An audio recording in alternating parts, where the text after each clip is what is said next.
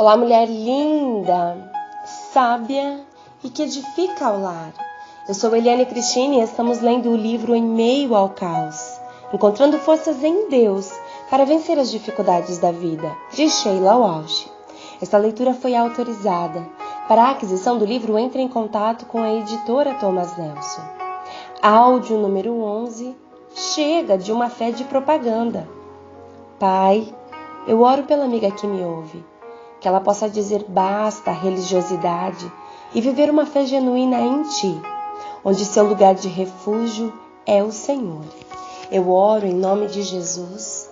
Amém. A mente pode aceitar conselhos, mas não o coração. Truman Capote, Outras Vozes, Outros Quartos. Sinto muito por sua perda, ela disse, retocando o batom diante do espelho da toalete. Obrigada, eu disse. Não vivemos como aqueles que não têm esperança, querida, acrescentou, colocando sua mão em meu ombro. Então disse, estamos muito ansiosas para ouvir você nesta noite. Obrigada, eu agradeci de novo. Então ela se foi.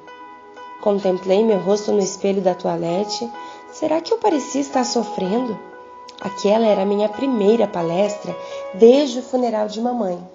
É verdade que ainda me senti um pouco encruada, mas eu nunca havia visto aquela mulher antes. E seu comentário, embora amável, pareceu-me casual. Naquela noite, eu estava palestrando num banquete para alguns dos doadores que apoiam o trabalho da Life Outreach International, o ministério com o qual eu trabalho. Esse ministério perfura poços de água na África, fornece alimentos aos mais pobres dentre os pobres e trabalha com meninos e meninas que foram vítimas de tráfico na Tailândia e no Camboja. É uma obra que liberta as meninas de uma vida de inferno e as leva ao centro de resgate nas montanhas da Tailândia, um lugar seguro de sua propriedade. Tenho viajado por todos os seus projetos e visto com meus próprios olhos qual é a aparência da esperança. Quando saí da toalete, vi um dos membros de nossa equipe no hall e lhe perguntei se ele sabia quem era aquela mulher. Ele disse que ela e seu marido haviam sido generosos doadores por anos. Eu me pergunto, por que ela falou comigo sobre o sofrimento entretanto? Acredito que eles sigam você no Facebook, ele disse com um sorriso.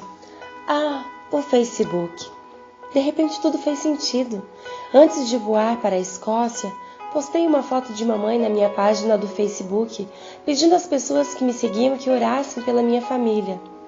Não li as respostas até algum tempo depois. A maioria delas foi gentil, uma simples certeza de apoio em oração. Alguns foram além disso, porém suas palavras eram como ministrações. Uma mulher escreveu: confio que você vai ver este tempo como um presente de Deus para alcançar os membros da sua família que ainda não estão salvos. O comentário me pareceu estranho, e embora eu tenha certeza de que o sentimento por trás de seu comentário fosse bem intencionado, gostaria de dizer, você sabia que todos os membros da minha família me seguem no Facebook também? Eu também queria que ela soubesse que dizer adeus à minha mãe não me parecia um presente, mas como um presente que me foi retirado. Comentário após comentário fluíam em minha página, mas a única coisa que me incomodou veio de uma mulher que escreveu: apenas pense em como Deus usará a próxima parte de sua história para a glória dele. Aleluia! Nossa dor é propósito dele. Esse é o pior tipo de adesivo promocional. Perguntei se alguma vez ela padeceu alguma dor. Eu queria saber se ela já havia pensado sobre o que sentiria ao receber esse tipo de conselho, se ela tivesse sido a única a perder um querido membro da família. Foi aí que me lembrei de alguns conselhos de minha amiga Barbara Johnson. Quando a dor é muito recente, as palavras devem ser poucas. Uma outra mulher deixou uma resposta dolorosa abaixo do comentário do adesivo promocional. Ela disse que acabara de perder um filho e não queria o propósito de Deus. Em vez disso, desejava seu filho de volta. Prendi a respiração, eu queria abraçar aquela mulher. Eu queria sentar-me com ela em silêncio ou em lágrimas, por quanto tempo ela permitisse. Queria lhe dizer que sua postagem sincera e simples do sofrimento de uma mãe falou muito mais ao meu coração do que todas as trivialidades do mundo.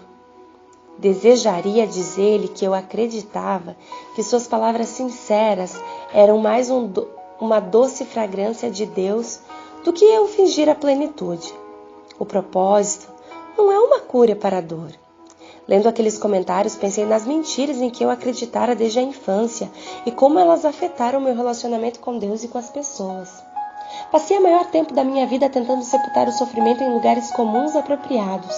Nossa dor é seu propósito, ou comprimindo-o num molde para que assemelhe-se a algo esperançoso ou algum testemunho de ressurreição. Mas enterrar a dor em boas slogans cristãos é apenas uma tática de evasão, e evitar a verdade ainda é uma mentira. As mentiras podem paralisar até as pernas mais fortes. Cresci acreditando que se seu próprio pai se voltasse contra você, então assim também o Pai Celestial poderia fazê-lo. Se eu não quisesse que meu Pai Celestial estivesse contra, teria de me comportar melhor, olhar para a parte mais alegre do viver cristão e nunca decepcioná-lo. Se houvesse dor, era melhor que ela ficasse comigo mesma. Eu não gostaria que ninguém pensasse que eu não era uma boa cristã, porque estava ferida ou sem esperança. Além disso, eu acreditava que a dor criava muros de separação entre as pessoas. Então aprendi a ser mais forte por mim mesma. Tantos mecanismos de enfrentamento, técnicas de evasão e mentiras mantinham-me cegas para não ver onde Cristo estava no meio do meu caos particular. Onde Ele estava esperando por mim para me ajudar, esperando por mim no sofrimento. Deus tinha um centro de resgate esperando por mim, sua menininha, se apenas eu fosse capaz de buscá-lo. Mas esta é a beleza. Às vezes, mesmo quando tentamos evitar a verdade, Deus usa as menores mãos para nos convidar a segurar a segurança da libertação. Aquele que atirou o primeiro tijolo da parede entre mim e Deus foi meu filho. Para ser exata, foi a lembrança de meu filho. Olhando para aqueles comentários no Facebook, aquelas palavras prudentes, lembrei-me de quando levava a Christian ao aeroporto de Miami, tarde da noite. Ele deveria ter uns 18 meses de idade. Aquele havia sido um dia muito longo e ele sussurrava em meu ouvido: "Mamãe, eu me molhei, você quer me cobrir?" Envolvi o meu casaco e eu segurei bem apertado. Ele nunca viu as lágrimas escorrendo em meu rosto pelo presente que me acabara de dar. O que ele me disse foi: "Eu confio em você, mamãe. Você é o meu abrigo." Assim deveria ser com os filhos de Deus também.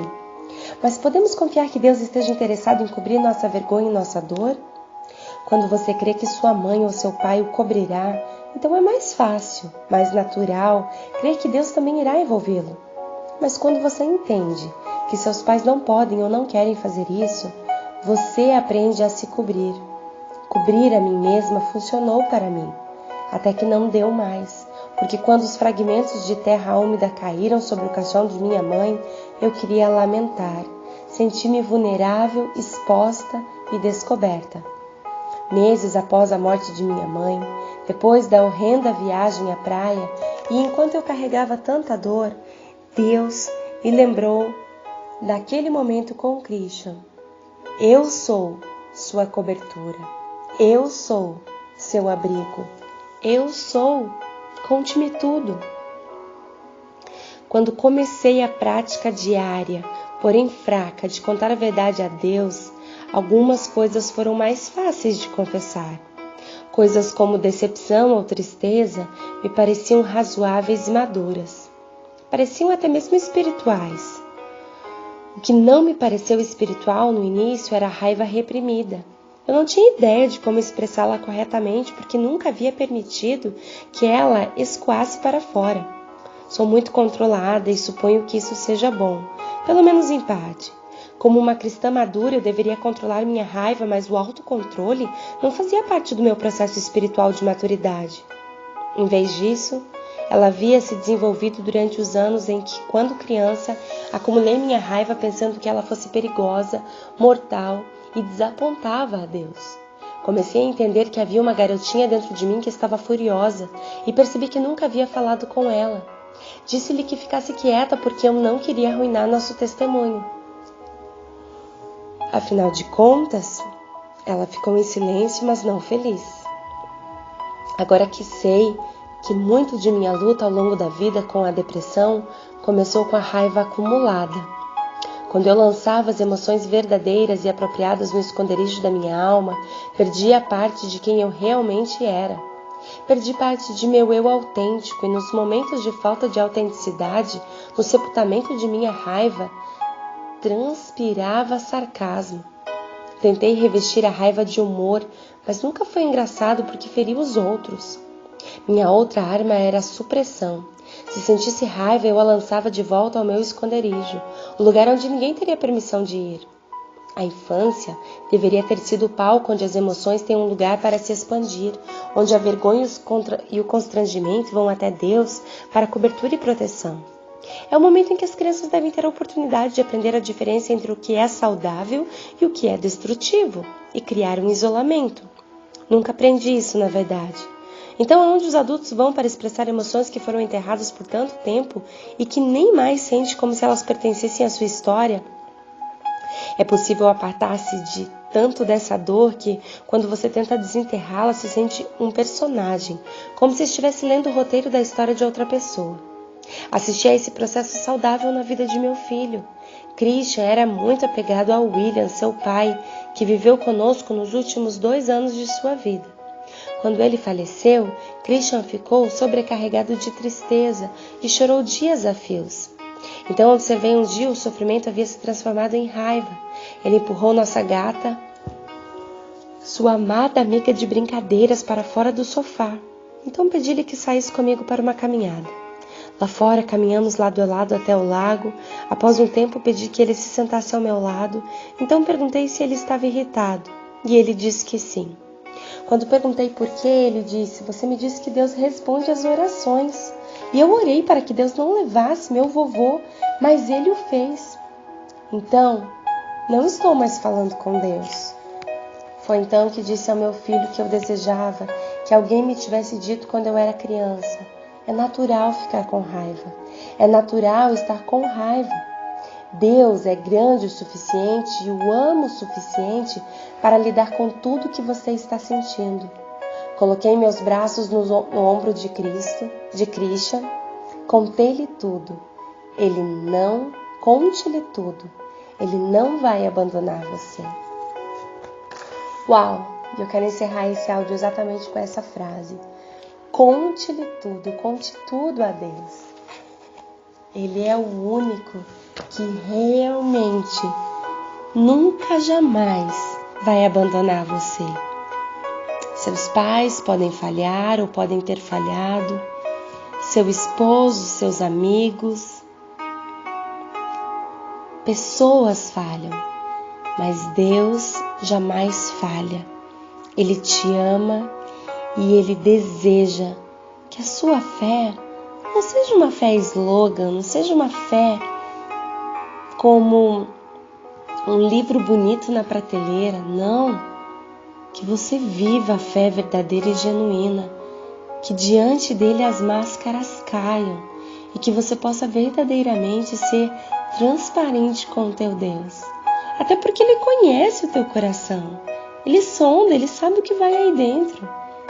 Então tenha ousadia e fale com Deus a respeito das tuas dores, dos teus fracassos, das tuas decepções, dos teus desapontamentos, porque Ele é poderoso para ouvi-la, acolhê-la e abraçá-la, e ainda levar cura ao seu coração. Confie nesse Deus que é poderoso para fazer infinitamente mais. Um grande beijo, que Deus te abençoe e até o nosso próximo áudio.